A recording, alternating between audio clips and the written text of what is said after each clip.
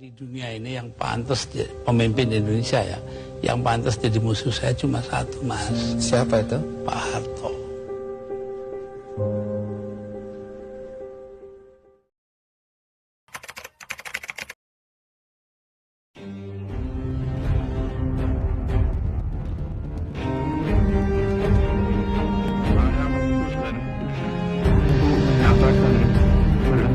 Dari jabatan saya sebagai Presiden Republik Indonesia.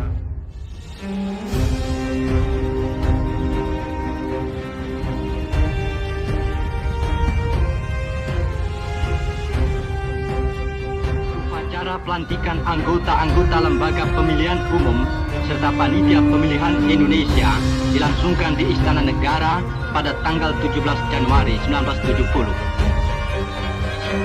Presiden Soeharto atas nama negara melantik Menteri Dalam Negeri Amir Mahmud selaku Ketua Lembaga Pemilihan Umum, Menteri Perhubungan Pranseda dan Jenderal M. Panggabean masing-masing sebagai anggota.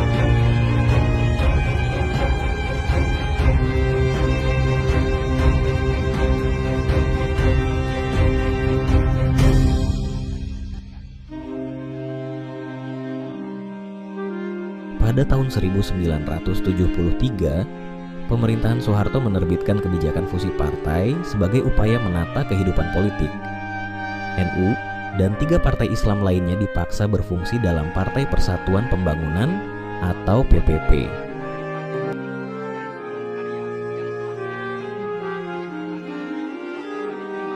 Kekuatan PPP didukung oleh massa yang berasal dari NU, tetapi kondisi kepemimpinan PPP malah meminggirkan orang-orang Nahdlatul Ulama. Adanya kevokalan NU pada masa-masa awal fusi dengan PPP membuat pemerintah Orde Baru tidak senang dan berupaya menghilangkan peran NU dalam PPP. Daftar calon anggota legislatif yang diajukan P3 pernah dikembalikan oleh Lembaga Pemilihan Umum. Tapi kan ada aktivis yang nggak mau kan, nggak bisa. Sementara kontestan lain berbenah dan berusaha menampilkan citra baik di masyarakat, pilar organisasi partai ini terus merapuh. Pukulan telak bagi P3 jelang pemilu 1987, Kiai Haji Ahmad Siddiq, yang isinya tak wajib nyoblos P3, tak haram nyoblos Golkar, dan nyoblos PDI. Ia pun menghimbau agar seluruh warga NU dalam pemilu jangan ada yang apatis, apalagi Golkar.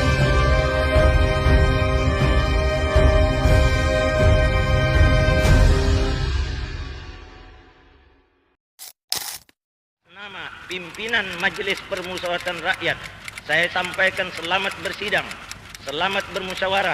Semoga Allah Subhanahu wa taala senantiasa melimpahkan taufik dan hidayahnya kepada kita sekalian dalam rangka usaha pembangunan bangsa dan negara Republik Indonesia.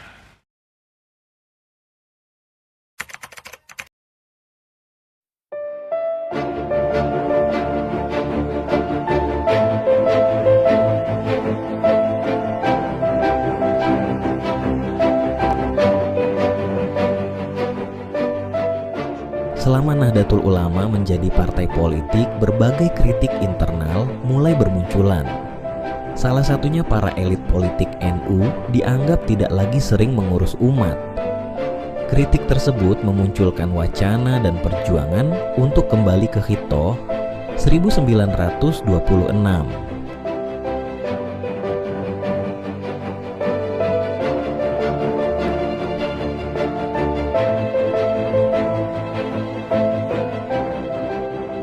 Kembali ke Hitoh berarti kembali ke landasan dasar perjuangan Nahdlatul Ulama saat pertama didirikan, yaitu sebagai organisasi keagamaan dan kemasyarakatan, bukan sebagai partai politik.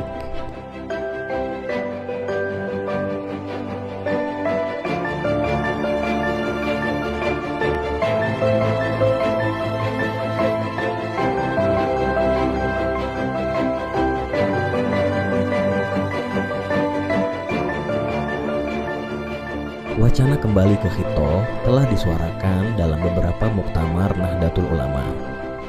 Titik terang gagasan kembali ke Hitoh mulai terlihat saat Munas Alim Ulama di Situbondo 1983. Barulah pada Muktamar Nahdlatul Ulama ke-27 di Situbondo tahun 1984, Nahdlatul Ulama secara sah kembali ke Khito 1926. Dan sejak saat itu, NU tidak terlibat dalam politik praktis dan tidak terlibat dukung-mendukung dalam politik elektoral. 27 di Situbondo merupakan fase sejarah penting bagi perjalanan NU. Setidaknya memutuskan 3 keputusan penting: kembali ke Khito, menerima asas tunggal Pancasila, dan terpilihnya duet Kiai Haji Ahmad Siddiq sebagai Rais Am dan Kiai Haji Abdurrahman Wahid atau Gus Dur sebagai Ketua Umum Tanfidiyah.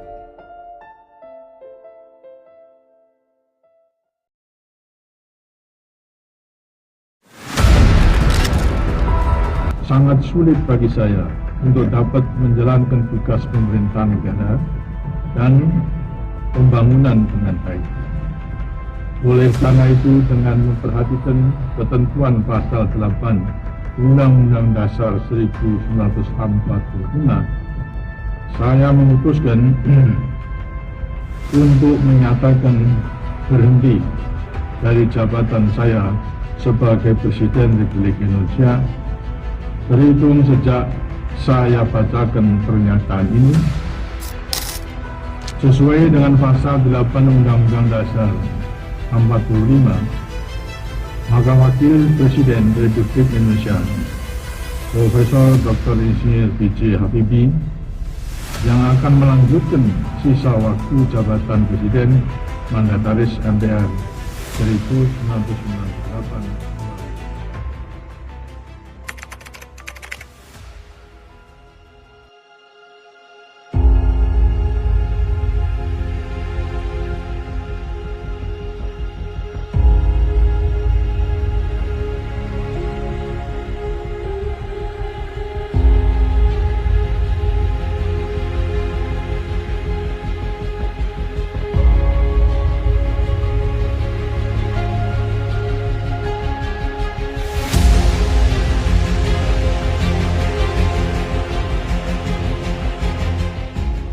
Pada pertengahan 1997, Indonesia dilanda krisis moneter sangat dahsyat, yang kemudian bergeser pada krisis kepemimpinan Orde Baru yang dipimpin oleh Soeharto.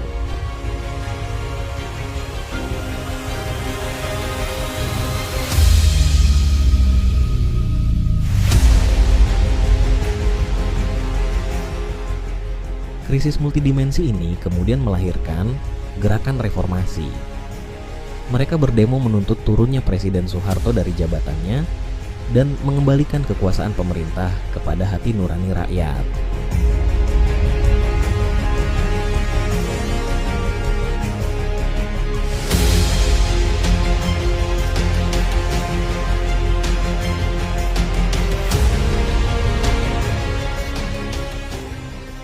Dalam masalah reformasi ini, Nahdlatul Ulama dengan tegas menyatakan reformasi adalah islah.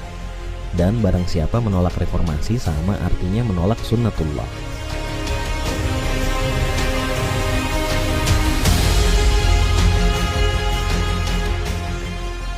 Kemudian mereka mengadakan pertemuan di rumah Gus Dur atau dikenal dengan istilah pertemuan Ciganjur. Isi dari pertemuan tersebut mengumandangkan sikap reformasinya yang menuntut perbaikan bangsa yang menyangkut aspek penegakan supremasi hukum, peninjauan kembali dui fungsi ABRI, pengadilan dan mengusut harta kekayaan Soeharto.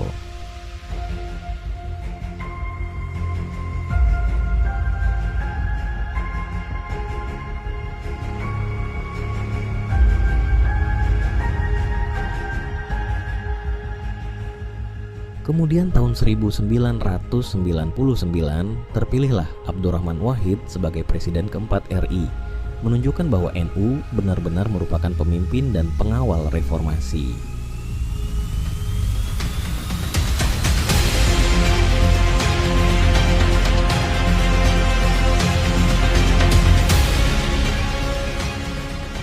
Kemudian, akhir tahun 1999, NU mengadakan Muktamar ke-30 di Kediri yang memilih duet antara Sahal Mahfudz, Rois Am, dan Hashim Muzadi, Ketua Umum.